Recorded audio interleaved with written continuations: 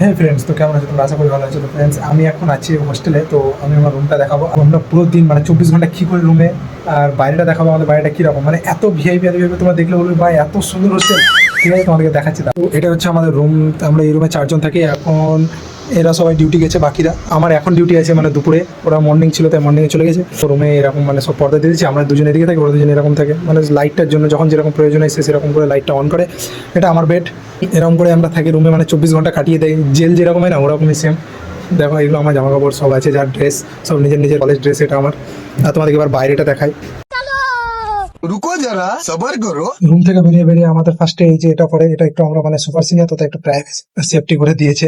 বাকিগুলো দেখো ফাঁকা আছে। এবার দেখো তোমাদেরকে নিচেগুলো দেখাই। এটা হচ্ছে আমাদের যেটা মানে হোস্টেলের নিচেটা। এটা বাইক সাইকেল যা আছে সব এগুলো রেখে পুজো আছে ওদেরকে, তাই এগুলো সব মানে পুজো দিবে। তাই ওখানে দেখো ওই গাড়িগুলো আছে, সেগুলো তো পুজো আছে তার জন্য ওগুলো রেখেছে। এদিকে দেখো পুকুরটা, দেখলে তো কত সুন্দর।